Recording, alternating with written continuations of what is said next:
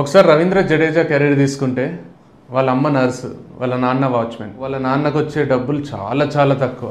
వాళ్ళ అమ్మ ఇచ్చే డబ్బులతోనే కిట్టు కొనుక్కుంటుండే, అంత చేస్తుండే. అంటే గట్టిగా పేదరికం అంటారు కదా, అట్లాంటి పేద కుటుంబంలో పుట్టి 17 ఏళ్ళు ఉన్నప్పుడు వాళ్ళ అమ్మ చనిపోయింది. అంటే ఏం చేయాలో అర్థం కాలేదు. క్రికెట్ వదిలేయాలా అని ఆలోచించిండు, ఏమైనా సంపాదించాలా, ఇంటికి ఏం చేయాలో అర్థం కాని స్టేజ్ నుంచి ఈరోజు ఇండియాస్ బెస్ట్ ఆల్రౌండర్, వరల్డ్ ర్యాంకింగ్స్లో నంబర్ 1లో ఉన్నాడు. ప్రతిసారి అవసరం ఉన్నప్పుడు కాంట్రిబ్యూట్ చేసిండు. అంటే ఎక్కడి నుంచి వచ్చిండు, లైఫ్లో ఎన్ని అప్స్ అండ్ డౌన్స్ కూడా అంటే చాలా డౌన్స్లో నుంచి ఎదిగిండు. చూసిండ్రు అంటే ముందుకే పోయిండు చూడు. అంటే నేను సాధించగలను అని నమ్మిండు. ఎంతమంది ఎన్ని మాటలు అని వింటారు, అవన్నీ పట్టించుకోకుండా ముందు పోయి లైఫ్లో సాధించింది కదా.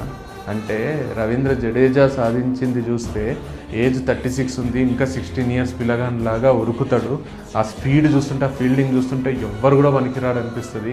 ఆ త్రో కానీ, బ్యాటింగ్లో, బౌలింగ్లో ప్రతి దాంట్లో కాంట్రిబ్యూట్ చేస్తూ తనకంటే ఒక మార్క్ క్రియేట్ చేసుకున్నాడు కదా. చిన్న చిన్న కష్టాలకు బాధపడుతుంటాం, కానీ ఇది చూసినప్పుడు అనిపిస్తుంది మనకు వచ్చే కష్టాలు కష్టాలే కావని.